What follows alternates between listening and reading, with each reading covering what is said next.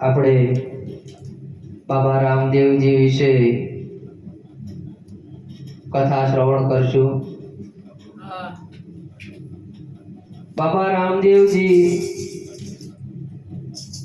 અવતારી પુરુષ શું કામ કહેવાના, એનું અવતાર કાર્ય શું છે, એને આ ધરતી પર શા માટે આવવું પડ્યું, અને આવું તો પડ્યું પણ એ મરુધરામાં, જે રાજસ્થાન છે એને મરુધરા કીધી છે, કેમ કે ત્યાં કાંઈ ઉગતું નથી, આને મરુધરા કીધી। તો બાબા રામદેવ પીરને કેમ ત્યાં અવતાર લેવો પડ્યો, અનેક કારણો છે।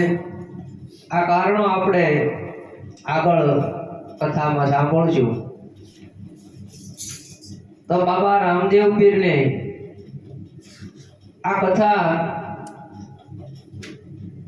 4 જગ્યાએ ચાલી રહી છે। આ કથા 4 પ્રકારની છે।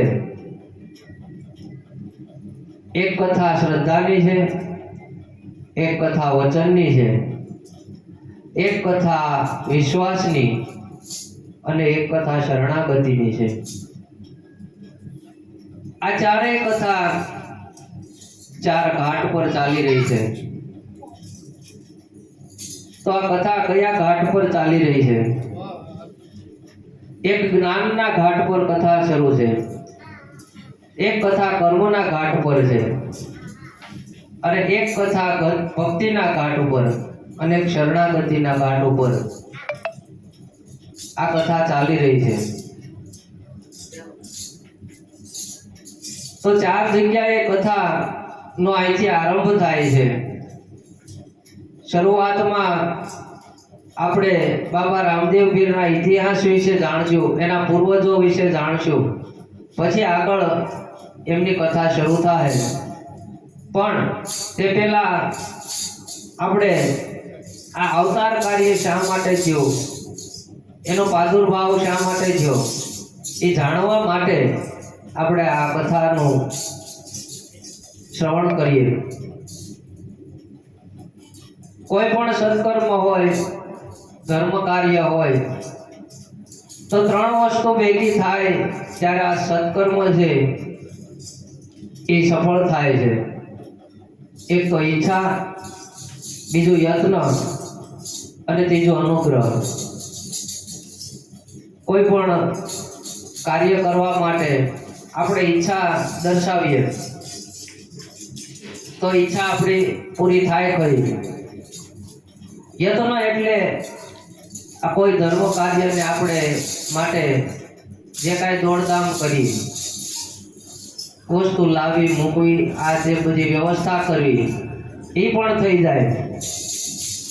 પણ આ 2 વસ્તુ હોય ત્યાં સુધી વાંધો નહીં, પણ ઈશ્વરનો જ્યાં સુધી અનુગ્રહ ન હોય ત્યાં સુધી કોઈ કાર્ય સફળ થાય નહીં। એટલે આ 3 વસ્તુ ભેગી થાય તો જ કોઈ દૈવી કાર્ય, ભગવત કાર્ય એ સફળ થાય। આજ કાંઈક એવો પરમાત્માનો આપણા પર કાંઈક અનુગ્રહ થયો છે, તો આપણને એવો ભાવ જાગ્યો કે આપણે બાબા રામદેવ પીર વિશે, કે બાબા રામદેવ પીરનું અવતાર કાર્ય શું છે, બાબા રામદેવ પીરને અવતાર શા માટે લેવો પડ્યો, એ જાણવાની કંઈક જિજ્ઞાસા છે।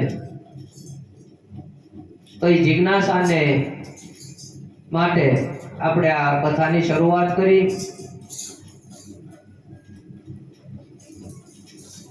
કે 4 જગ્યાએ કથા ચાલી રહી। તો શરૂઆત થઈ છે કૈલાસ ઉપર। પહેલા દરેક કથાના આરંભમાં જો શિવ શક્તિને ન યાદ કરીએ તો આપણું દરેક કાર્ય અધૂરું રહે। કારણ કે આ પૃથ્વીની ઉત્પત્તિ, આ બ્રહ્માંડની ઉત્પત્તિ એ શિવ શક્તિથી થઈ છે। એની સિવાય આ ધર્મ જે ચલાવ્યો છે એ શિવ શક્તિથી ધર્મ શરૂ થયો છે। શિવ શક્તિ સિવાયનો કામો છે। શિવ શક્તિ વગર અધૂરા છે, અને શક્તિ શિવ અધૂરી છે। આપણે શિવજીનું અર્ધનારેશ્વર સ્વરૂપ જોયું છે। અડધું અંગ શિવનું છે, અડધું અંગ આપણે પાર્વતી માનું છે. તો એ શું બતાવે છે કે શિવ છે એ અજન્મા છે, એને કોઈ માતા પિતા નથી. આપણે ભજન ગાઈએ છીએ કે શંભો શરણે પડી માંગો ઘડીએ ઘડી કષ્ટ તાપો દયા કરી શિવ દર્શન આપો. તો શરૂઆતમાં આપણે એમ બોલી કે શંભુ. આ શંભુ શબ્દનો અર્થ છે સ્વયંભૂ. સાચો અર્થ આ તો ભજન ગાવા માટે આપણે એક શબ્દને એ રીતે ગોઠવો છે, પણ સ્વયંભૂ જે પોતાની ઈચ્છાથી જે પ્રગટ થયા છે, સ્વયંભૂ એ શિવ છે. તો આ શિવને કોઈ મા બાપ નથી. શિવે કોઈની કુખેથી જન્મ નથી લીધો. એટલે શિવ નિરાકાર છે, નિરંજન છે, શિવ જન્મા છે, અવિનાશી છે. અને આ શિવત્વના અંશ રૂપે આપણી ભીતર જે આત્મા છે એ જ શિવ છે. માતાની કુખેથી આ ખોળિયું બને, પણ આત્મા ક્યાંથી આવ્યો, ક્યાંથી જાય છે એ કોઈને ખબર નથી. માટે જે આત્મ સ્વરૂપ છે એ શિવ સ્વરૂપ છે. એટલે તો સંતો આપણને કહે છે કે આ જીવમાંથી આપણે શિવ થવાનું છે. તો પેલી કથા કૈલાસ પર્વત ઉપર શિવજી માં પાર્વતીને આ કથા સંભળાવે છે. માં પાર્વતી એકવાર ભગવાન ભોળાનાથને પૂછે છે કે આજે તમે કઈક આનંદમાં છો, આજ અલગ કઈક આનંદ છે તમારી ભીતર, કે ભગવાન અત્યારે ક્યાં જગ્યાએ છે, અત્યારે કઈ એવી લીલા કરવાના છે, કે ક્યાં એ લીલા કરી રહ્યા છે. હમણાંથી ભગવાનના ક્યાંય સમાચાર મળ્યા નથી, તો મને કૃપા કરી અને મને આ ભગવત કથા વિશે કઈક સમજાવો. એટલે શિવજી કહે છે કે ભગવાન જે 9 અવતાર લીધા એ પછી 10મો અવતાર છે એ રાજસ્થાનમાં લે છે. અને રાજસ્થાનમાં ઉડુ કાશ્મીર નામ છે ગામનું. પોકરણ પછી બન્યું. પેલા ઉડુ કાશ્મીરમાં અજમલ રાજાએ ત્યાં વિસ્તાર કર્યો. તો ભગવાન શિવ ભોળાનાથ માં પાર્વતીને આ કથા સંભળાવે છે. એક કથા ત્યાં શરૂ થઈ છે. એક કથા શરૂ થઈ છે પાંચાળ પ્રદેશમાં. માંડવ્ય ઋષિનો આશ્રમ છે, જ્યાં આત્માનંદજી છે એ સંતો સાથે આ રામદેવ રામાયણ આ પ્રાદુર્ભાવ કેમ થયો એ કથા ત્યાં ચાલી રહી છે. કે આત્માનંદજી સંતોને પાંચાળ પ્રદેશમાં સૌરાષ્ટ્રની જે 5 નદીઓ છે જ્યાં ભેગી થાય ત્યાં કથા ચાલે છે.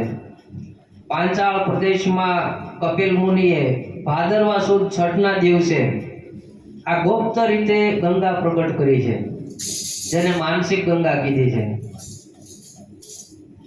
એટલે માનસિક ગંગા પ્રગટ થઈ અને આ 5 નદીઓ જે ભાદર નદી, સુખભાદર નદી, ભોગવા નદી અને વાસણ નદી, આ મચ્છુ નદીનું જે ઉદ્ગમ સ્થાન છે તેને પાંચાળ કીધું છે. જ્યાં ચંડ અને મુંડ ને હણનાર માં ચામુંડામાં ચોટીલામાં બિરાજમાન છે, ત્યાં જ આ ઋષિ મુનિઓ સંતો એક સાથે મળતા અને જ્યાં મેળો ભરાય છે ત્રિનેત્રેશ્વર મહાદેવ, જેને તરણેતરનો મેળો આપણે કહીએ છીએ. તો તરણેતરના મેળાની બાજુમાં માનસિક ગંગાનો કુંડ છે. ત્યાં માંડવ્ય ઋષિનો આશ્રમ આવેલો અને ત્યાં આ કથા આ સંતો વચ્ચે ચાલી રહી છે. તો આ બે જગ્યાએ કથા થઈ. ત્રીજી કથા છે શેલરસિંહ બાવા, જે લોયણના ગુરુદેવ છે અને લાખા લોયણને આ કથા સંભળાવી રહ્યા છે. જે લાખાને શાન ઠેકાણે લાવી અને પછી લાખાને ભાવ જાગ્યો કે આ કયો એવો રસ્તો છે, કયો એવો માર્ગ છે કે તમે આ માર્ગ પકડીને બેઠા છો. આમાં એવું શું છે કે મારે જાણવું છે, મારા હૃદયનું પરિવર્તન કેમ થયું. તો ત્રીજી કથા ત્યાં જ ચાલી રહી છે. અને ચોથી કથા છે આ નારાયણ સ્વામી, જે ખેમચંદ નામનો વાણિયો વેપારી છે એને સંભળાવે છે. એ આગળ આપણે સાંભળશું ખેમચંદ વાણિયાનું. આ પાંચાળ પ્રદેશનું તો આપણે વાત કરી. તો લાખા લોયણની આપણે ચર્ચા કરી.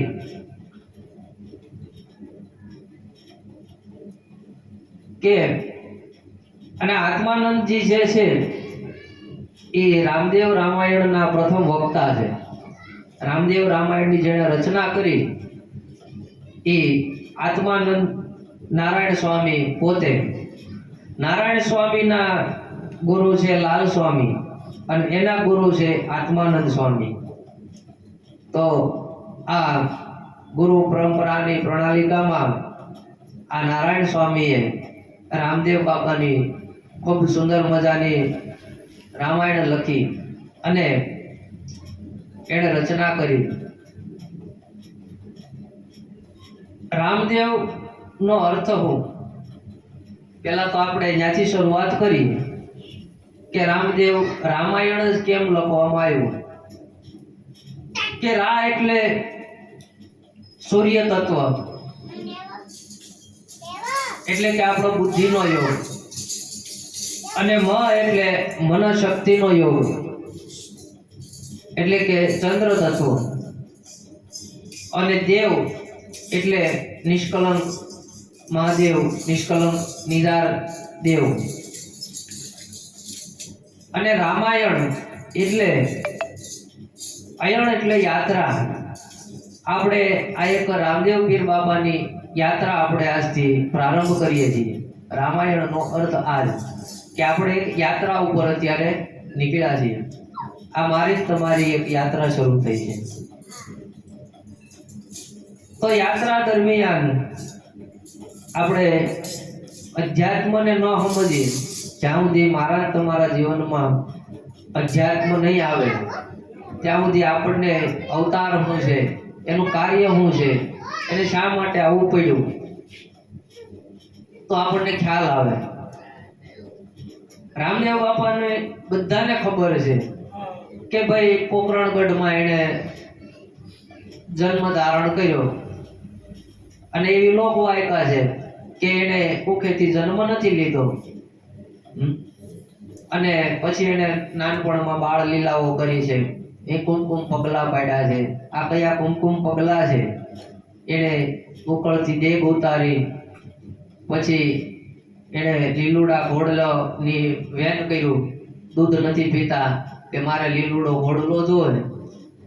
પછી ભેરવા રાક્ષસને માર્યો, પછી લાખા વણજારાને તાર્યો. એમ ધીરે ધીરે ધીરે ધીરે ડાલીબાઈને પણ તાર્યા છે. તો આ લીલા કરવાની પાછળનું કારણ શું એ આપણે કથામાં આગળ સાંભળશું.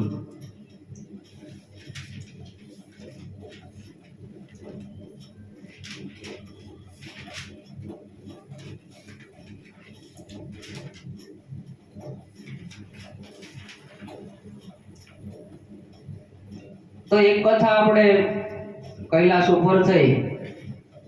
બીજી કથા આત્માનંદજી જે છે એ સંતોને હારે આ કથા કરી રહ્યા છે. રાજકોટની બાજુમાં એક આટકોટ ગામ, ત્યાં ભદ્રાવતી નદી. આ ભદ્રાવતી નદીની પાસે લોહાર જ્ઞાતિમાં જન્મ થયેલો પીઠવા ધનજી ભગત અને તેમની પત્નીનું નામ રૂડીબાઈ. આ ધનજી ભગત લોહારી કામ કરતા અને પરમાત્માનું ભજન કરતા, અને ભજન કરતા કરતા કોઈ ગામમાં સાધુ સંતો આવે એમને પ્રેમથી જમાડતા, ભોજન કરાવતા અને ભજન ધૂન કરતા. આવું એનું જીવન વ્યતીત થતું. અને એમને કોઈ સંતાન નહોતું, પણ ભગવાનની જેવી ઈચ્છા એવું માની અને ભગવત ભજનમાં કાયમ લીન રહેતા કે ભગવાને આપણને આ માટે જ ઘડ્યા છે એવું માની અને પ્રેમથી ભજન ધૂન કરી. એક દિવસ એવું થયું કે સાંજના સમયે ગામમાં થોડાક સંતો પધાર્યા. આ ગામના પાદરે બેઠેલા થોડાક એવા માણસો હોય, હસી મજાક કરવા વાળા ને એવું હોય. એટલે સંતોએ પૂછ્યું કે આ ગામમાં કોઈ ભગતનું ઘર હોય તો અમને કહો, અમારે કઈક ઉતારો કરવો છે ત્યાં. એટલે ગામના લોકોએ મશ્કરી કરી. એક તો ઓલા ભગત પાસે કાંઈ હતું નહીં, પણ છતાં એણે એમ કીધું કે આખી ટોળી ન્યા આજ મોકલી, આ જોવું છે આ કેમ જમાડે છે. એટલે કીધું અમારા ગામમાં એક ધનજી ભગત કરીને છે, તમે ત્યાં જાઓ અને ત્યાં ધામા નાખો. અહીંયા અમારી પાસે કાંઈ નથી. અમે તો અહીંયા કોક ગંજી પાને રમતા હતા, કોક ઓલું રમે, કોક ત્યાં તો એવું જ હોય, કોક ઓળી માવા ખાતા હતા.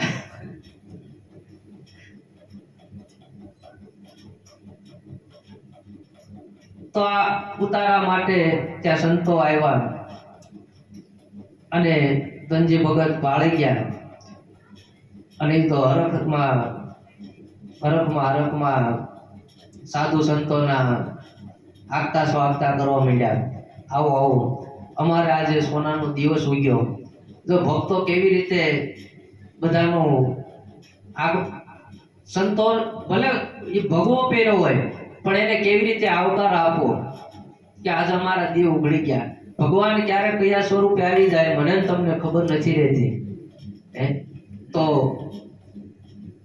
સંતોને બે હાયલા છે બધાને, આવો આવો બેહો બિરાજો, બધાના ચરણ પખાડ્યા.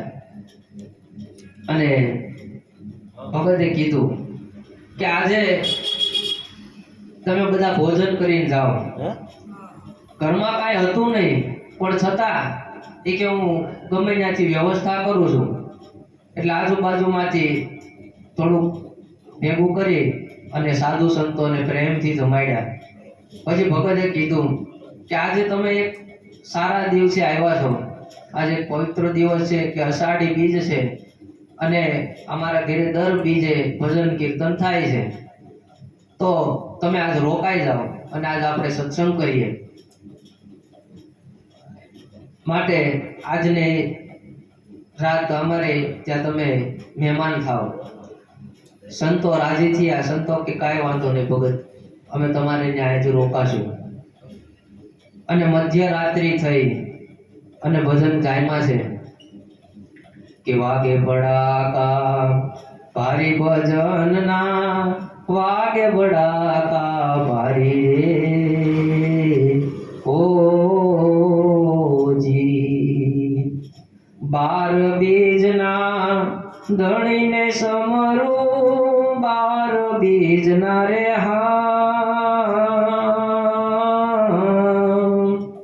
ધણીને સમરું, નકળંગને ધારી ભજનના, વાગે બડાકા ભારી રે ઓ જી. સવારના 4 વાગ્યા સુધી ભજન ચાલ્યા છે. સંતોને ખૂબ આનંદ થયો. સવાર પડ્યું. સવારે બધાને ફરીવાર ચા પાણી સંતોને જમાડી અને ભગતને સેજ ઉદાસ ભાળ્યા સંતે. એટલે આ સંતે પૂછ્યું કે ભગત, આમ તો તમારા ઘરમાં બધું ઠીકઠાક છે, તમે ભજન ધૂન કરો છો, બહુ બધી સારી વાત છે, પણ આજ મને કાંઈક લાગે છે તમારા ઘરમાં કાંઈ ઘટતું હોય એવું. એટલે રૂડીપાઈમાંથી થોડુંક રહેવાનું નહીં, એટલે બે આહુડા પડી ગયા આંખમાં. એટલે સંતોએ કીધું, સંત સમજી ગયા કે નક્કી આને કંઈક દુઃખ છે. એટલે ભગતને કીધું કે જે કાંઈ હોય વાત કરો. તો કે બાપજી, ભગવાને દીધું બધું છે અમારી પાસે, પણ આ કુળને કોઈ ઉજ્જવળ કરે એવું કોઈ છે નહીં, અમારે સંતાન નથી. પણ ઠીક છે, અમારે ભગવાનની ઈચ્છા માની અને અમે અમારું જીવન વ્યતીત કરીએ છીએ. એટલે સંતોએ તેમને આશીર્વાદ આપ્યા. જો સંતો કયા રૂપમાં આવી જાય એનું કાંઈ નક્કી નથી રહેતું, માટે સંતોએ એને આશીર્વાદ આપ્યા કે જાઓ, તમારે ત્યાં એક દીકરીનો જન્મ થાય, માં જગદંબાનો જન્મ થાય. આ અમારું વચન છે, અમારા ગુરુના પ્રતાપે તમને હું આશીર્વાદ આપું છું. ધીરે ધીરે ધીરે દિવસો જતા રહ્યા. 1448ની સાલમાં શ્રાવણ વદ 8મના દિવસે એક દીકરીનો જન્મ થયો અને આ દીકરીનું નામ પાડ્યું લોયણ. દીકરી નાનપણથી માતા પિતાના સંસ્કારો એમના ઉતર્યા. રોજ ધૂન ભજન થાય, રોજ પૂજા પાઠ થાય, એટલે આ દીકરીને પણ અંદર ભાવ જાગ્યો અને દીકરી નાનપણથી તે ભક્તિ ભાવમાં ઓળગોળ થઈ ગઈ. દિવસે દિવસે આ દીકરી મોટી થતી જાય છે. ગામમાં એક અમરા નામનો એક ભૂવો, આ ભૂવો અમાસના દિવસે એક દાતડી હજાવવા માટે આવ્યો ભગત પાસે. એટલે ભગતે ના પાડી કે ભાઈ અમે આજ અગ્નિ ન પ્રગટાવીએ, અમારે નિયમ છે કે આજના દિવસે રહેવા દો. એટલે આણે રાખ્યું દાઢમાં કે મને દાતડીનો હજાવી દીધી. હવે આને નિયમ હોય તો એમાં એ બચારા શું કરે? એટલે કે ભાઈ આજે નહીં મેળ આવે, તમે કાલ આવો, તમને કાલ હું કરી દઈશ કામ. એટલે આ અમરો ભૂવો છે એ અંધશ્રદ્ધા બધે ફેલાવતો. દોરા ધાગા આ તે માણસોને લૂંટી લે, પૈસા પડાવી લે અને માતાજીના નામે અનેક આવા લોકોને ધૂતી ખાતો. પછી દિવસે દિવસે આ અમરાને આ ભગતે ખુલ્લો પાડ્યો. ગામના લોકોએ આ અમરાને ગામની બહાર પછી કાઢી નાખ્યો. પછી તો કેટલા દિવસ હાલે, એક દિવસ તો પોલ ખુલે જ છે. એટલે પછી ગામના લોકો બધા ભેગા થઈ અને અમરાને કાઢી મૂક્યો. હવે અમરાને મગજમાં રહી ગયો, મને આ ગામની બહાર કાઢ્યો. થોડાક દિવસ વહી ગયો, અમુક સમય ગયો. મોરબી પાસે હળમતિયા ગામમાં હરિજન વાસની અંદર એક મહાન સંત પાલણસિંહ બાબા અવારનવાર આ સત્સંગમાં ભગતને ત્યાં આવવાનું થતું એમને. અને અનેક વાર એ સત્સંગમાં જે દેવતણખી બાપા છે, હા મજેવડી દેવતણખી બાપા અને લીરલબાઈની વાતો કરતા. લીરલબાઈ એમના દીકરી, અને આ લીરલબાઈની સત્સંગમાં વારે વારે વાતો કરતા. દેવાયત પંડિતના ગુરુ દેવતણખી બાપા. હવે જે ફળો જ આવું હોય તો એના ગુરુ કહેવાય છે. તો આ દેવતણખી બાપાની વાતો સાંભળી અને આ ભગતને એમને દર્શન કરવાની ઈચ્છા થઈ કે આ દેવતણખી બાપાને મારે દર્શન કરવા છે, મારે એમને મળવું છે. એટલે આ લોકો મજેવડી જાય છે દેવતણખી બાપાને ત્યાં.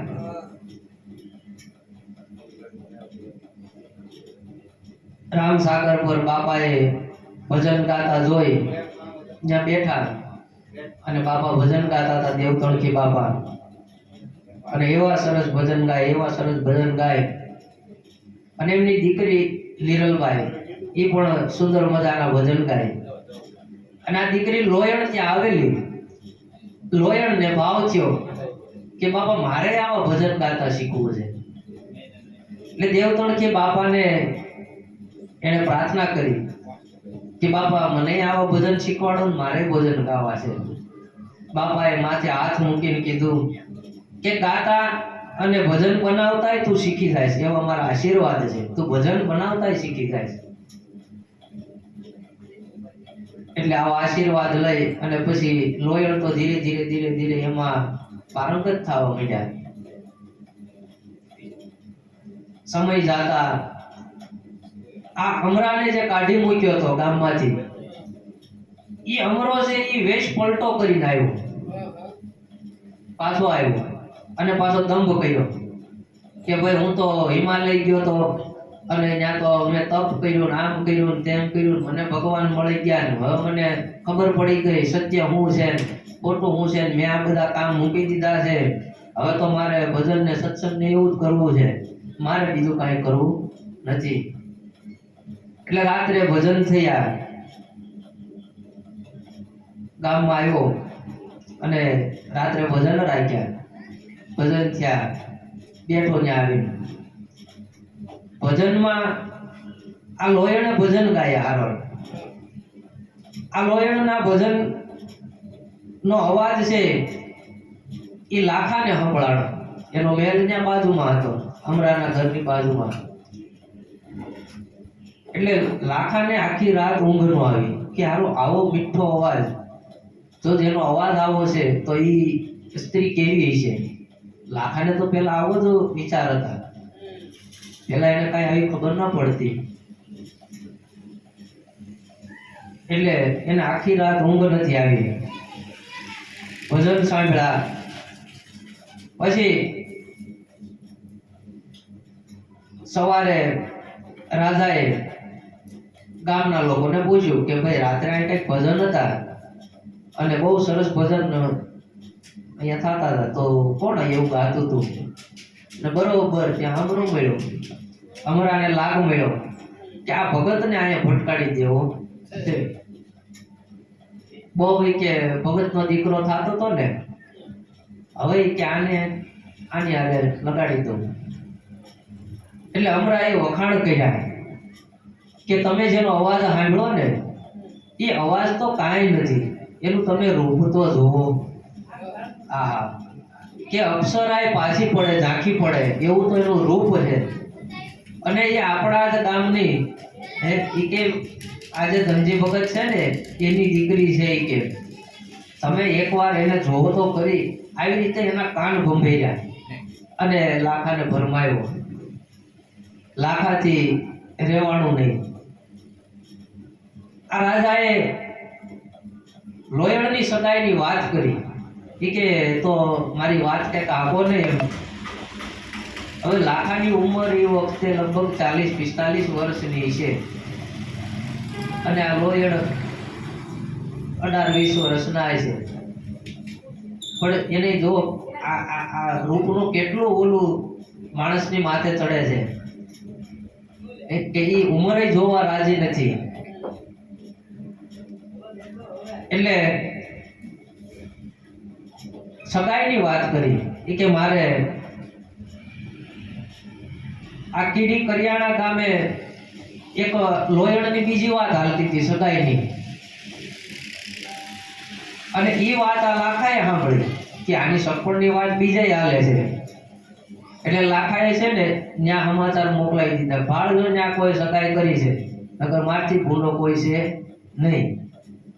એટલે એ લોકોએ ના પાડી દીધી ભાઈ અમારે ત્યાં સગાઈ કરવી નથી. આ વાતની ભગતને ખબર નહોતી. લાખાએ સામા પક્ષે એવી ધમકી આપી દીધી કે ઓલા લોકોના ગામમાં આવતા બીવા માંડ્યા. પછી અમરાને કીધું લાખાએ કે તું ભગતને બોલાય કે મારે વાત કરવી છે. ભગતને દરબારમાં બોલાવ્યા છે. લાખાના ખૂબ વખાણ કર્યા. લાખાએ આ ભગતના બહુ વખાણ કર્યા કે તમે તો ભગત છો ને આમ છો ને તેમ છો ને તમારા જેવો કોઈ આપણા ગામમાં કોઈ ભગત નથી. એટલે ઘરેથી એને કીધેલું જોજો વખાણ કરે ને તો તમે ધ્યાન રાખજો આમાં. એટલે ભગતને પછી ધીરે વાતમાંથી વાત કરી કે મારે તમારી દીકરી આરે સપણ કરવું છે. એટલે ભગતે ના પાડી કે બાપજી તમે અમારા અન્નદાતા કરી પણ તમારી ઉંમર જોવો, મારી દીકરીની ઉંમર જોવો, આ તમારી દીકરીની સમાન કહેવાય, તમારે આ વાત કરતા સંકોચ થવો જોઈએ. લાખો કે જે હોય તે પણ મારે કે સગાઈ કરવાની છે, બોલો તમને મંજૂર છે? એટલે ભગતે ના પાડી કે ભાઈ એ વસ્તુ ના બને. લાખાએ સગાઈ બાબતે બધાને ના પાડી દીધી. કોઈ આ ગામમાં લોહીણ સાથે સગાઈ કરવા આવે તો પેલા મને મળી જાવ. આ વાતની બધી ખબર પડી, ક્યાંય સગાઈ થવા ન દે. તો ભગતની માથે કેવા વિપત્તિ પડે. આપણને એમ થાય કે ફલાણા ભગત પૂજાય છે, ઓલા પૂજાય છે, પણ કાંઈ એમના ભક્તિ પણ સંતને સંતપણા નથી મફતમાં મળતા, એના મૂળ ચૂકવવા પડતા. તો આપણે એમ સસ્તું કાંઈ પડ્યું નથી. ભક્તિ છે ખાંડાકીની ધાર છે અને એ કસોટીમાંથી આપણે પાર થવું પડે ત્યારે આપણને આ પદ મળે છે. એટલે સાધુ સંતોને પણ ગામમાં આવતા બંધ કરી દીધા. એના ઘરે ભજન થતા એટલે સાધુ સંતોને ન આવવા દે. આવી રીતે હેરાન કરવા માંડ્યો લાખો કે હું આમ હેરાન કરું તો મારે યાર સગાઈ કરી નાખે. એટલે ગામમાં બધા સાધુ સંતોને આવતા બંધ કરી દીધા. પછી લોહીણ જ્યાં પાણી ભરવા જાય કુએ તો ત્યાં જઈને ઊભો રહેવા માંડ્યો. અહીંથી તાર પાણી નહીં ભરવાનું. એટલે લોહીણ છે એ રાત્રે પાણી ભરવા જતા, પછી દિવસે ત્યાં આખો દી ઊભો રહે. એટલે નો પાણી ભરવા દે, નો કોઈ ભજન સત્સંગ થવા દે, ક્યાં કંટાળી કદાચ સગાઈ કરી નાખે. પછી આમ સમય તો જાતો ગયો. કચ્છમાંથી આ જેસલ તોરલનું એક વાયક આવ્યું. પેલા જ્યાં પાઠ મંડાતા ત્યાં વાયક આવતા અને વાયક ચોખા ને એવું આપે એમાં વાયકમાં. અને ચોખા જો તમે સ્વીકારો એટલે ત્યાં ગમે એવી આપણે કામ હોય, ગમે એવી મુસીબત હોય તો એ મૂકીને આપણે વાયકે જવું પડે, એવો નિયમ હતો. તો આ વાયક આ ભગતને ઘેરે આવ્યું. પોષ ચોથ બીજનું આ બીજમાં જેસલ મેરથી આ ઉગમસિંહ બાવા ત્યાં પધાર્યા. સંઘ સાથે ભગતના ગામમાં આવ્યા. એટલે ઉગમસિંહ બાવાને આમાં વાયક હતું. એટલે ધીરે એ લોકો આ લાખાના ગામમાં આવ્યા ને ત્યાં ઉતારો કર્યો કે ભાઈ અમારે ઘડીક ઉતરવું છે.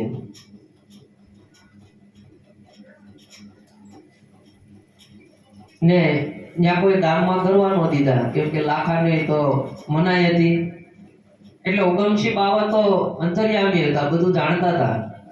એટલે ઉગમસિંહ બાવાએ ગામની બહાર ધામા નાખ્યા. ભાઈ તમે ગામમાં ન રહેવા દો, કાંઈ ને અમે ગામની બહાર અમે બેઠશું. અને ત્યાં ગામની બહાર ભજન સત્સંગ થવા માંડ્યા. અને આ અવાજ સંભળાનો લોયણને. અને આપણને તો ખબર છે કે અહીંયા જો મંજીરા વાગતા હોય તો આપણા કાન તરત સમજે કારણ મંજીરા વાગે તો આપણે ત્યાં મંદિરે જવું પડશે. આવા જો પ્રેમી હોય એનાથી રહેવાય નહીં. એટલે લોયણથી રહેવાનું નહીં કે મારે તો જવું જ છે, ક્યાં ભજન થાય છે. કેટલાય ટાઈમથી જેના ઘરે ભજન નહોતા ત્યાં. એટલે ઉગમસિંહ બાવાને જ્યાં પધાર્યા હતા ત્યાં લોયણ ગામની બહાર દાદાના દર્શન કરવા આવ્યા છે.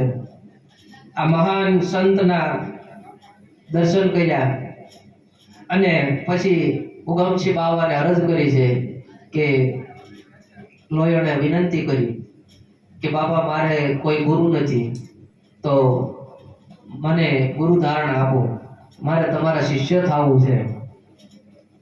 એટલે ઉગમસિંહ બાવાએ એને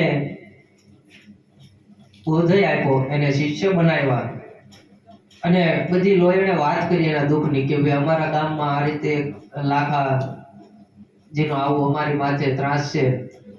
એટલે ઉગમસિંહ દાદા એને અભયપદનું વચન આપી દીધું, અભયપદ આપી દીધું કે જા હવે તારો કાંઈ વાળો વાંકો ન થાય. જેને સદગુરુ મળી ગયા અને જેને ગુરુ મળ્યા છે એને પહેલું જો કાંઈ લાભ થતો હોય ને તો એ છે અભયપદ. અભયપદ મળી જાય એટલે તમે જગ જીતી જાઓ. તો લોયણને તો અભયપદ આપી દીધું કે જા હું સૂક્ષ્મ રીતે તારી હારે જ છું, તારે ક્યાંય મૂંઝાવાની જરૂર નથી. એટલે દાદાને આ લાખાની બધી વાત આ લોયણે કરી, શિષ્ય બનાવ્યા. અને બાજુની રાવટીમાં આ શેરરસિંહ બાવા હતા. પછી ઉગમસિંહ બાવાએ તો નક્કી કર્યું કે ભાઈ મારે તો શિષ્ય ઘણા છે, પણ એ કે કામ કરો, તમે શેરરસિંહ બાવાની પાસે જાઓ અને એની પાસે કંઠી બંધાવો. એટલે લોયણને ત્યાં મોકલ્યા છે શેરરસિંહ બાવા પાસે, અને ત્યાં મહામંત્ર લીધો અને એ મહામંત્ર લઈ અને એમના શિષ્ય બન્યા. શેરરસિંહ બાપાએ કે આ મંત્ર તારી રક્ષા કરશે અને બધી ભજન કરવાની એને પદ્ધતિ સમજાવી કે સવારમાં વહેલા બ્રહ્મ મુહૂર્તમાં જાગવાનું અને સ્નાન કરી અને તારે સવારમાં ધ્યાન ધારણા સમાધિમાં બેઠવાનું. આવી રીતે બધી પદ્ધતિ સમજાવી. અને લોયણ ભજનમાંથી આવતા હતા, એની ખબર આ લાખાને પડી કે આ રાત્રે આ લોયણ ક્યાંક ભજનમાં ગઈ છે. એટલે લોયણ છે એ મંત્ર જાપ કરતા કરતા કરતા કરતા હાલ્યા આવે છે. અને લાખાએ રોક્યા વચમાં, ક્યાંથી આવે છો? કે હું તો ભજનમાં ગઈ હતી. અત્યારે ભજન ભાડ્યા ક્યાંય? બોલ ક્યાં ગઈ હતી? તો કે સાચું કહું છું, અહીં કે બાજુમાં આપણે ઉગમસિંહ બાવાની અહીંયા પધરામણી થઈ હતી અને ત્યાં હું ગઈ હતી, ત્યાં ભજન ને એવું હતું. એટલે લાખાને તો લાભ જ ગોતતો હતો કે આ મોકો મળે અને ક્યારે હું આ લોકોને વાંકમાં લઉં. અને લાખો લોયણને જ્યાં સ્પર્શ કરવા જાય છે ત્યાં એને ઝટકો લાગ્યો અને લાખો પડી ગયો છે. જો ગુરુ મળ્યા એનું પ્રમાણ. અને બે ભાન ઘડીક પડ્યો રહ્યો. લાખો થોડીક વારમાં ભાનમાં આવ્યો ત્યાં એને લોયણ નહીં પણ જગદંબાના દર્શન થયા. ઓહો, મારી મોટી ભૂલ થઈ ગઈ કે મેં તો જગદંબાનો હાથ પકડ્યો. પછી એની શાન ઠેકાણે આવી. પછી તો લાખાએ માફી માંગી છે કે મેં બહુ મોટી ભૂલ કરી, મેં તમારી યારે સગાઈની વાત કરી, પણ આ ઝટકો જે મને લાગ્યો આ બધું છે હું, મને તમે સમજાવો કે આ શક્તિ શું છે. એટલે લોયણ પછી વાત કરે છે કે મને આવા સમર્થ ગુરુ મળ્યા છે અને તમે પણ જો આ પદને પામવા માંગતા હોય તો તમે હજી વાર આગળ નથી તમતારે, તમે આ સંતોને શરણે થઈ જાઓ અને સંતોને આપણા ગામમાં બોલાવી લો.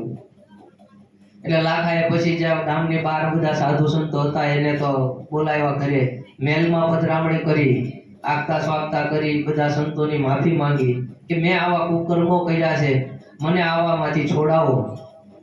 ત્યારે ઉગમસિંહ બાવાને એને ગુરુ ધારણા કરી અને નિજ્યા ધર્મનો એને ઉપદેશ લીધો. પછી લાખો એક દિવસ ભજન કરવા બેઠો હતો અને ગામમાં ચોર લોકો આવ્યા. પાછો આ લાખો તો પછી ઘણો પારંગત થઈ ગયો હતો આમાં અને ભજનમાં લીન રહેવા માંડ્યો. અને બન્યું એક દિવસ એવું કે ગામમાં ચોર આવ્યા અને આ ચોરને ચોરી કરતા લાખો તો ભજનમાં હતો, પણ લાખાના રૂપમાં ભગવાન આવી, કોઈ ઘોડેસવાર આવી અને આ ચોર પાસેથી ધન બધું છોડાયું અને ગામના લોકો ભાળી ગયા કે આ તો લાખો છે. અને આ વાત બધી બાજુ ફેલાડી કે લાખાએ આપણું ધન બચાવ્યું, લાખાએ આપણું ધન બચાવ્યું. પણ લાખો વિચાર કરે કે હું તો અહીંયા ભજનમાં બેઠો હતો, તો આ કામ કરી ગયું કોણ? પછી તો વાવા ખાવા માંડે એટલે પછી શું કરે માણસ? મેં કામ ન કર્યું હોય પણ મારું કામ કોઈ બીજું કરી ગયું હોય અને જસ જો મને મળતો હોય તો હું તો ફૂલાઈ જ જાઉં ને, કે હારું આપણું નામ થાય છે, આપણે શું વાંધો છે? પછી તો આ લાખાને આમ બુઝાવવા માંડ્યો ગામમાં. લોકો ફુલાર પહેરાવા માંડ્યા, જ્યાંથી નીકળે ત્યાં બધા લોકો પગમાં પડવા માંડ્યા અને આમ ઉપર ચડાવી દીધો બધા લોકોએ લાખાને. તો લાખા ભગવાન તરીકે પૂજાવા માંડ્યા. પછી લાખાને તો ધીરે ધીરે અભિમાન આવવા માંડ્યું. જો ભક્તિમાંય આવું થાય, અભિમાન ભલભલાને આવી જાય. એટલે તો કાયમ ધ્યાન ધારણા કરવાનું કહે છે કે કાયમ કરવો સત્સંગ. એક પદમાં કહે છે ગંગા સતી પાનબાઈને કે નિત્ય કરવો સત્સંગ. કાયમ સત્સંગ હોય ને તો આપણને અભિમાન ન આવે. ભક્તિ અને અભિમાન બે વિરોધાભાસી છે. ભક્તિ હોય ત્યાં અભિમાન ન રહે અને અભિમાન હોય ત્યાં ભક્તિ ન રહે. તો ભક્તિ માં અભિમાન આવ્યું અને તો લાખાને, ઓહ મારી જેવો હું પૂજાવા માંડ્યો, હું તો ભગવાન થઈ ગયો. એટલે હવે એને એવો ભાવ થઈ ગયો કે હું ગુરુ ગાદીએ બેસી જાઉં. હવે તો બધા મને પૂજવા માંડ્યા છે, હું તો ગાદીએ બેઠવાને લાયક થઈ ગયો. એટલે હું લગભગ આનો અધિકારી છું એમ. એને એવું મનમાં ઠસી જ ગયું કે હવે તો આ બધા મને ગાદીએ બેહારી દે તો સારું. એટલે અંજારમાંથી એક સૌરા મંડપનું આયોજન થયું અને ત્યાંથી વાયક આવ્યું. પછી તો ભગત થઈ ગયો એટલે બધેથી વાયક આવવાના જ છે. એટલે ત્યાંથી વાયક આવ્યું અને આ લાખાને અમુક લોકોએ ચડાવ્યો. પછી 2-4 જણા એવા હોય કે લાખાજી તમે તો ભગવાન જેમાં પૂજાવ છો, તમે તો સાક્ષાત હવે ભગવાન સ્વરૂપ થઈ ગયા છો. તો અને આમ થાય હુકમથી બાવાજી ગઢા થઈ ગયા છે, એ ગાદીએ બેહવાને લાયક નથી. યાર તમે ગાદીએ બેહો એવા તમે સમૃદ્ધ થઈ ગયા છો, આવો ચડાવ્યા લાખા. એટલે લાખાને મનમાં તો પછી મોહ જાગ્યો ગાદી ઉપર બેહવાનો. આ મોહ જાગ્યો કે હું તો હવે ગુરુ ગાદીનો અધિકારી થઈ ગયો છું, ગુરુ તો હવે ગઢા થઈ ગયા છે. પછી એ લોકોએ બેઠા એવી યુક્તિ કરી કે જ્યાં ઉગમસિંહ બાવા આવતા હોય ને ત્યાં એને રોકી દઈએ. એટલે ઉગમસિંહ બાવા એક જગ્યાએ આવતા ત્યાં કુવા પાસે પાણી પીવા ઉભા રહ્યા. એટલે લાખાના માણસોએ કુવામાં નાખી દીધા ઉગમસિંહ બાવાને અને કુવામાં ધક્કો મારી અને બધા વહી આવ્યા. અને અહીંયા જ્યાં સૌરા મંડપનું આયોજન હતું ત્યાં બધાને ત્યાં ગુરુગાદી ઉપર ઉગમસિંહ બાવાને બેહવાનું હતું. પણ લાખાએ એમ કીધું કે ભાઈ ઉગમસિંહ બાવાને જરૂરી કામ હોવાથી એ નથી આવી શકી એમ, એટલે હું બેહી જવા એમ. હવે ત્યાં પાછો નિયમ એવો કે ગુરુગાદી ઉપર જેને બેહવાનું હોય એને ઉપરથી તેલની કડાઈ હોય ને એમાં સ્નાન કરીને પછી ત્યાં બેહવાનું હોય. હવે હલવાનો પાછો. પછી ત્યાંના માણસો પછી નક્કી કર્યું કે હારું આપણું ઊંધું અવળું પડી જાય. એટલે કે બધું પહેલા આવું બધું હતું ને હવે બધું આવું કઈ રહ્યું નથી ને લાખાજી તમે ગાદી ઉપર બેસી જાઓ, અમે તો માનીએ જ છીએ. એમ કરી લાખાને ગાદી ઉપર બેહારે પાર કર્યો. આવું બધું ના હોય ને હવે તો બધું આવું કઈ રહ્યું નથી. એટલે લાખો ગાદી ઉપર બેસી ગયો. આ બાજુ કુવા પાસેથી એક સંઘ નીકળ્યો અને એ લોકો પણ પાણી પીવા ત્યાં ઉભા રહ્યા. તો આમ કુવામાં નજર કરી ત્યાં ઉગમસિંહ બાવા પાણી ઉપર બેઠા હતા. એટલે ત્યાં તો પાણીમાં તપ કરે છે કે બાવાજી તમે આમાં. પછી ઉગમસિંહ બાવાને બહાર કાઢ્યા પણ સંતો છે એ કોઈને વાંક નથી કાઢતા, કોઈને ભૂલ નથી કહેતા. એટલે ઉગમસિંહ બાવા કે બહુ ગરમી થતી હતી ને, એટલે હું કૂવામાં બેઠો, મને ત્યાં તપ કરવાનું મન થયું, એટલે હું ત્યાં પાણીમાં બેઠો. તો કે તમે ક્યાં જાઓ છો? તો કે આપણે અહીં વાયક છે ત્યાં જાય. તો કે હાલો આપણે બધા હારો હાલ. અને બધા ગયા છે ત્યાં. અને ઉગમસિંહ બાવાને જેવા આવતા જોઈને લાખો ગાડીઓ ઉપરથી ઊભો. અરે આ તો ભારે થઈ ગઈ. ઉગમસિંહ બાવાને તો બધી ખબર જ હતી, પણ આ સંતોની એવી લીલા છે. અમુક લોકોની શાન ઠેકાણે લાવવા આવું કરવું પડે. લીલા ન કરે ત્યાં સુધી એને ખબર ન પડે. એને હાચા માર્ગે લાવવા આવું બધું સંતોને કરવું પડે. બાકી લાખાની કાંઈ એવી તેવડ થોડી છે કે ઉગમસિંહ જેવા બાવાને કૂવામાં નાખી શકે હે? અંગદ જેવા અંગદનો જે પગ છે એ રાવણ જેવા રાવણ નો તો હલાવી શક્યા. અંગદે શું કીધું તું હે કે હું મારા પ્રભુના વિશ્વાસે, ખાલી વિશ્વાસે પગ એને મૂક્યો તો, કોઈ પગ આમ હલાવી નહોતું એ કયું. તો જો એવી વિશ્વાસ ઉપર એવી તાકાત હોય તો આ તો ઉગમસિંહ બાવા એનું ભજન કેવું. પણ સંતોની આપણે સમજી નથી શકતા. એટલે ઉગમસિંહ બાવા આવ્યા અને તેલની કડાઈમાં ધુક્કો મારી દીધો અને સ્નાન કરીને બહાર આવ્યા. અને લાખાએ પછી તો બેહારે છે, બાપજી તમે બેહવાને લાયક છો, હું નથી. પછી તો આ બધું ખુલ્લું પડી ગયું લાખાનું.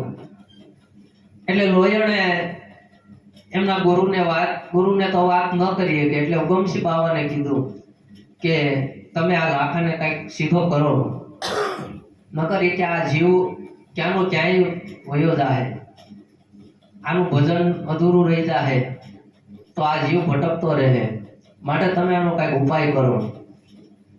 એટલે કે તમે શેલરસિંહ બાવાને કયો અને એમની પાસેથી જે ભગવત કથા છે એનું શ્રવણ કરાવો એને.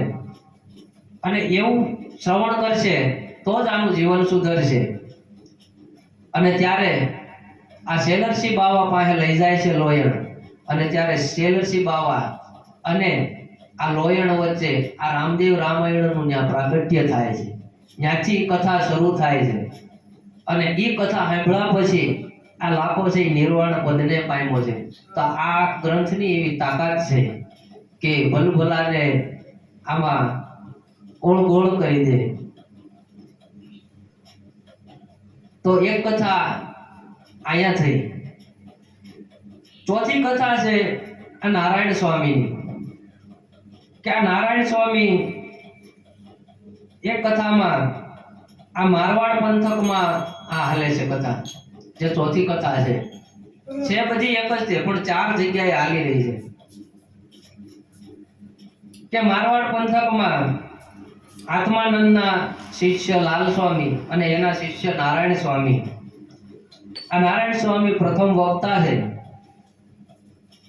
અને તેમણે આ ગ્રંથ લખ્યો, રામદેવ રામાયણનો ગ્રંથ લખ્યો નારાયણ સ્વામીએ. અને પછી એનું પ્રમાણ તો જોવે ને કે આ ગ્રંથ બરાબર છે કે નહીં. એટલે એણે એવો મનમાં પ્રણ લીધો કે હું કાશી વિશ્વનાથ શિવજીના ચરણમાં આ ગ્રંથ હું મૂકું. અને જો શિવજી એમાં સહી કરે તો આ હું ગ્રંથને માન્ય રાખું કે મેં જે ગ્રંથની રચના કરી છે એ લાયક છે. એટલે નારાયણ સ્વામી શિવજીને હામાં બેહી ગયા છે અને શિવજીને આખી કથા સંભળાવી છે. રામદેવ પીર મહારાજની આખી કથા સંભળાવી. અને સાંજના સમયે ગ્રંથ ત્યાં મૂક્યો છે મંદિરમાં. મંદિરના દરવાજા બંધ કરી દીધા.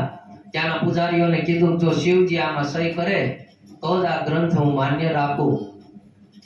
અને ત્યાંના પૂજારીઓ તાળા મારીને વહી ગયા છે. સવાર સુધી ત્યાં નારાયણ સ્વામી વાટ જોઈને બેઠા છે. સવાર પડે ને તો શિવજી આમાં સહી કરે તો આ ગ્રંથ મારો માન્ય ગણાય. આ ગ્રંથ આપણા જેટલા વેદ પુરાણો છે એમાં સંતોની સહી લાગી છે. અમથા બાર નથી પડ્યા કાંઈ ગ્રંથો, એમાં કાંઈક ને કાંઈક મરમો પડ્યો છે. એટલે સવારમાં જાગીને જોયું, દરવાજા ઉઘાડ્યા અને ગ્રંથ ઉપર લખેલું હતું ભોળાનાથની સહી હતી. સત્યમ શિવમ સુંદરમ લખાઈ દીધું. તો આ ગ્રંથનો જય જયકાર થઈ ગયો. પછી ગામમાં તો બધા એ ગ્રંથ માથે લઈ અને એનો બધી શોભાયાત્રા કાઢી છે. આવી શોભાયાત્રા કાઢતા કાઢતા આ ભોળાનાથને વંદન કરી અને સાધુ સંતોની સાથે નારાયણ સ્વામી નીકળ્યા છે આગળ અને મસ્તક ઉપર મૂક્યું છે. આપણે પોથી યાત્રા નીકળે ત્યારે બધા એ મસ્તક ઉપર મૂકે. કારણ મસ્તક ઉપર મૂકવાનું કારણ એ છે કે અમારી બુદ્ધિ અહીંયા છે, અમારી બુદ્ધિને સુધારો માટે આપણે પોથીને અહીંયા મૂકીએ છીએ. ભગવાનને કોઈ લાલાનો પધરામણી કરે તો એ મસ્તક ઉપર લાવે છે. ભરતજી હતા, રામચંદ્ર ભગવાનની સાંકળી અહીંયા માથે મૂકીને લાવ્યા હતા. મારી બુદ્ધિને સુધારો. આપણે મંદિરે જઈએ, આપણે નમાવીએ, હું માથું જ નમાવીએ છીએ. આ અમારી બુદ્ધિ છે ને બગડી છે, અમારી બુદ્ધિને સુધારો એટલે આપણે માથું નમાવીએ છીએ. અહંકારનું પ્રતીક છે આપણું મસ્તક. એટલે મસ્તક ઉપર મૂકી અને આખા ગામમાં શોભાયાત્રા નીકળી છે. હવે એક બાજુ આ ખેમચંદ નામનો વાણિયો છે, એને એવી માનતા કરેલી રામદેવ પીર મહારાજની કે મારા ઘરે જો દીકરાનો જન્મ થાય, ઓલો દલુ વાણિયો તો અલગ, આ ખેમચંદ વાણિયાની વાત છે કે મારા ઘરે જો પારણું બંધાય તો હું હાલી અને જાત્રાએ રામદેવ દર્શન કરવા આવીશ અને ભગવાનને કૃપા થઈ અને એમના ઘરે દેવ જેવા દીકરાનો જન્મ થયો.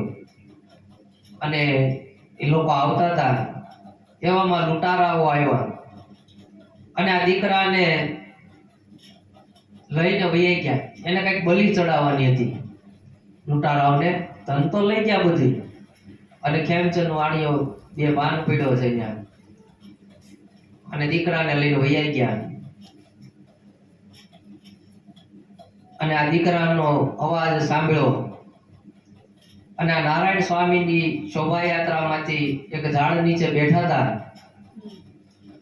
એ ઝાડ નીચે એને અવાજ આવ્યો કે ભાઈ કઈક અવાજ આવે છે, કઈક કોક રુદન કરતું હોય એવું જ લાગે છે. એટલે આ ખેમચંદ વાણીઓની બધાને પૂછતા હતા કે ભાઈ અમારા દીકરાને ચોર લોકો લઈ ગયા છે, બચાવો બચાવો બચાવો એમ કરતા હતા. એટલે નારાયણ સ્વામીએ કીધું કે શું થયું? તો કે આવી રીતે મારા દીકરાને લઈ ગયા છે. અને આજુબાજુ ગામમાં પૂછ્યું તો કે હા, અહીંયા ચોર લોકો આંટા મારે છે એટલામાં. પણ અહીંયા બાજુના ડુંગરાની પાછળ એમનો લગભગ વસવાટ છે ત્યાં, અને ત્યાં જ લગભગ લઈને ગયા હોય. એટલે ગામના બધાય ત્યાં ગયા છે અને ગામના બધાને ભાળી અને આ છોકરાનું મસ્તક કાપી નાખ્યું. એ કે છોકરાને મારીને આપણે નીકળી જાય, ભાગી જાય. એટલે છોકરાનું મસ્તક કાપી અને વહી ગયા. આ બાજુ ગામના લોકો છોકરાને લઈ અને ખેમચંદ વાણિયા પાસે આવ્યા કે ભાઈ અમે તમારા દીકરાને તો ન બચાવી શક્યા, થોડું ઘણું ધન અમારા હાથમાં આવ્યું છે, આ તમે રાખો. તો કે હવે અમારે શું કરવું આ ધનને? એટલે રુદન કરવા લાગ્યા છે. આ નારાયણ સ્વામી સાંભળી ગયા. એટલે નારાયણ સ્વામીએ કીધું કે શું થયું? એટલે બધી બનાવની વાત કરી કે ભાઈ અમારા દીકરાને આવી રીતે મસ્તક ઉડાડી અને આ લોકો વહી ગયા છે. હવે અમે દીકરા વગર અમે જીવીને શું કરીએ? ભગવાનની કૃપાથી અમારે અનેક વર્ષ પછી અમારા ઘરે આ દીકરાનો જન્મ થયો. તો હવે અમારે હું જીવીને કામ કરવું. એટલે નારાયણ સ્વામીએ ભગવાન રામદેવજી મહારાજને પ્રાર્થના કરી કે હે રામદેવજી મહારાજ, જો ખરેખર તમે આ ગ્રંથમાં બિરાજમાન હોય તો આ દીકરો ઊભો થવો જોઈએ. આવો વિશ્વાસ મૂક્યો, આવો ભરોસો મૂક્યો. અને ગ્રંથ છે એ છોકરાને અડાડ્યો માથા ઉપર અને છોકરો બેઠો થયો. અને છોકરો બેઠો થયો એટલે બધા હરખ ભર્યા અને નારાયણ સ્વામીના દર્શન કરી અને પૂછ્યું કે તમે આ ગ્રંથમાં એવું શું છે કે આ દીકરો જીવતો થયો? એટલે અમારે હવે યાત્રા તો પછી કરવી છે, પણ પહેલા તમે આ ગ્રંથ વિશે અમને સમજાવો. અમારે આ ગ્રંથ વિશે જાણવું છે. એટલે નારાયણ સ્વામી આ ગ્રંથને પછી આ ખેમચંદ વાણિયાને સંભળાવે છે. તો આ 4 જગ્યાએ આ કથાની શરૂઆત થઈ. આવતી આપણે કથાની શરૂઆત જ્યાંથી આપણે આ ખેમચંદ વાણિયાનું છે ત્યાંથી આપણે આવતીકાલ પાછું લેશું. ત્યાં સુધી જય રામદેવ પીર મહારાજ. ઓમ નમઃ પાર્વતી પતે હર હર મહાદેવ હર.